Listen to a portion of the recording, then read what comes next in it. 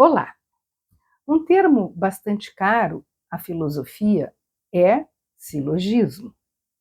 Silogismo é um tipo de raciocínio lógico, onde nós temos duas proposições, chamadas premissas, das quais, dedutivamente, por inferência, chegamos a uma terceira, que é a conclusão.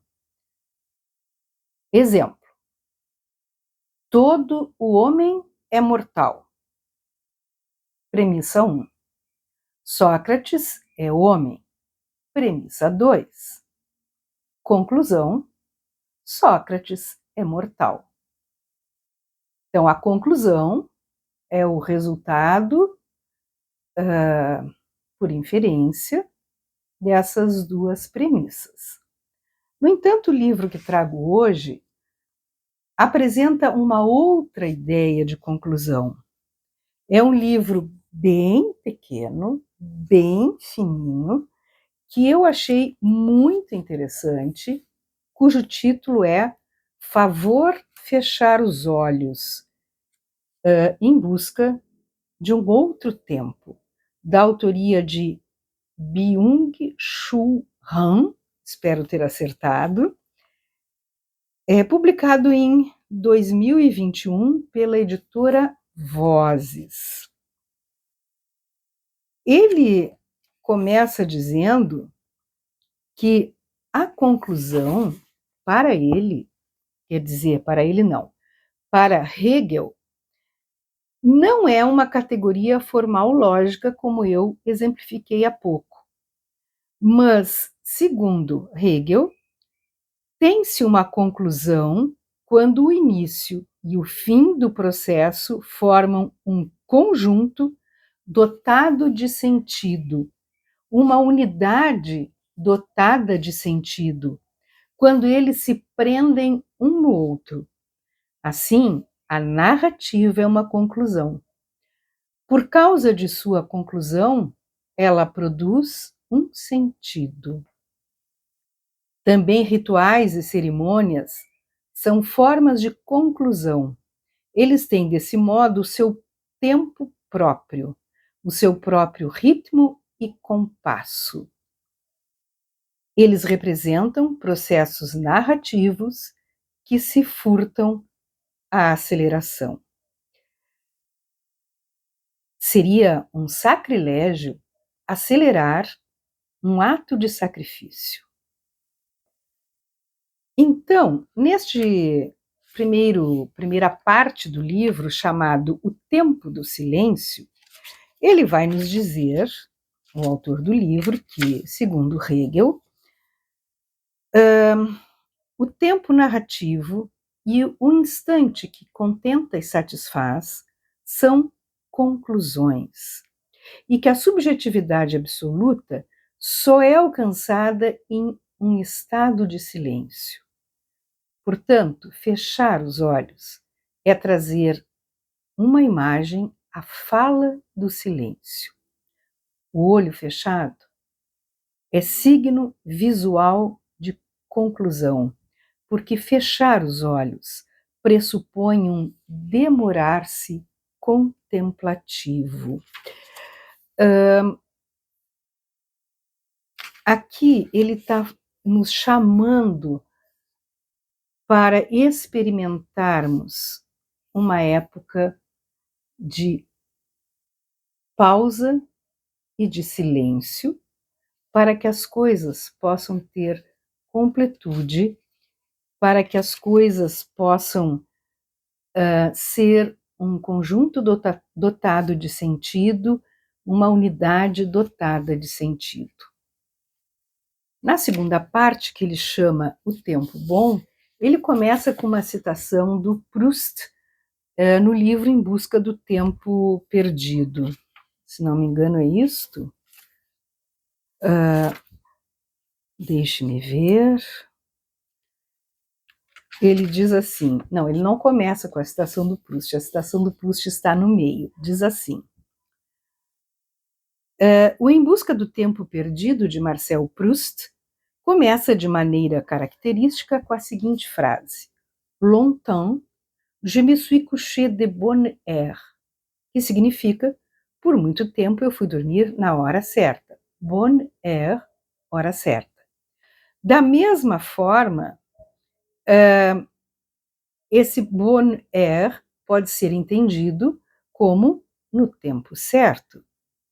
E esse tempo certo promete a felicidade, porque temos a palavra bonheur, que é felicidade.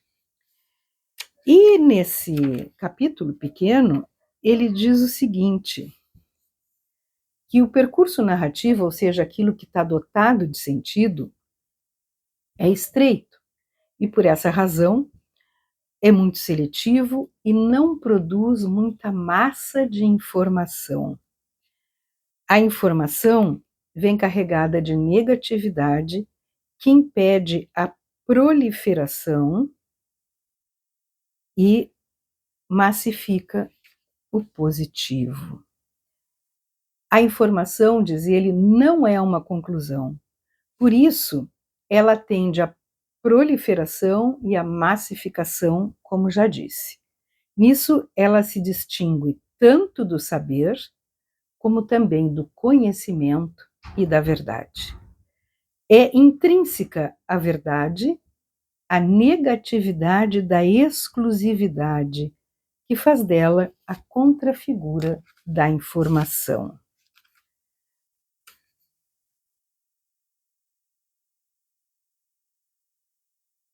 E lá pelas tantas, para encerrar o capítulo, ele diz que hoje é muito comum que os olhos se fechem por cansaço ou exaustão, e que, neste caso, nós temos simplesmente um fechar de olhos e não uma conclusão. Na terceira parte, ele vai falar no tempo da festa. E ele vai falar sobre depressão e vai dizer que depressão é não conclusão. Diz assim: quem é depressivo não é capaz de uma conclusão. Sem conclusão, porém, tudo se dissipa.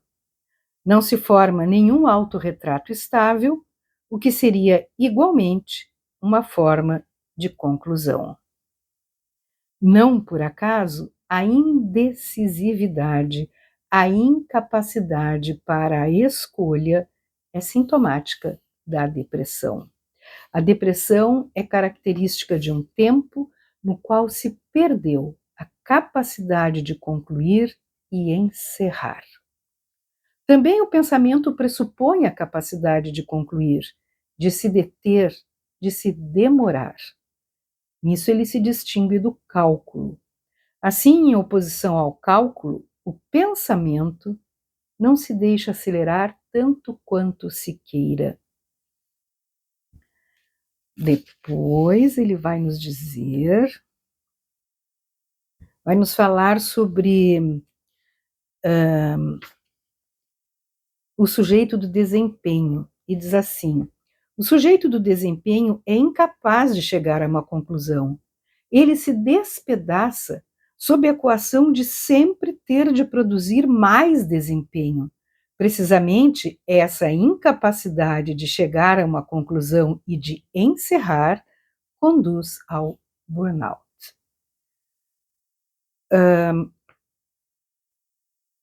O tempo de festa, diz o autor, não é um tempo de relaxamento ou de recuperação. A festa é, ela mesma, uma forma de conclusão. Sobre o tempo do trabalho, ele diz que é um tempo sem conclusão, sem início e sem fim. Ele não exala nenhum aroma, a pausa não marca, como pausa de trabalho, um outro tempo. Ela é apenas uma fase do tempo de trabalho. Diz ele que o tempo do trabalho se totaliza como o tempo. Perdemos há muito tempo o tempo da festa.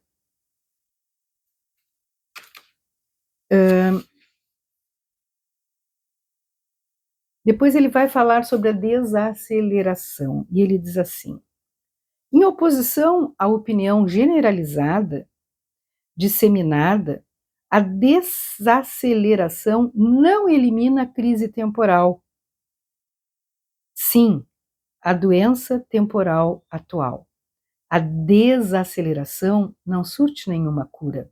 Antes, ela é apenas um sintoma. Não se pode curar a doença com o sintoma. Hoje é necessária uma revolução temporal que gere um outro tempo, o tempo do outro, que não é um tempo do trabalho. Uma revolução temporal que traga de volta para o tempo o seu aroma. Já que ele falou no tempo do outro, ele então vai para a parte chamada o tempo do outro. E diz assim: o amor, como o absoluto, é para Hegel uma conclusão. Aquele que ama morre, de fato, no outro, mas se segue essa morte um retorno para si. O retorno para si a partir do outro, porém, é tudo menos uma apropriação violenta do outro, apropriação que foi feita falsamente da principal figura do pensamento hegeliano. Diz ele que o abraço amoroso é outro signo visual da conclusão. A declaração de amor é uma promessa que produz uma duração, uma clareira no tempo. A fidelidade é ela mesma uma forma de conclusão que introduz uma eternidade no tempo. Ela é a inclusão da eternidade no tempo. O ser humano se comunica para escapar à morte e para dar um sentido à vida. O diálogo representa uma forma bela de conclusão.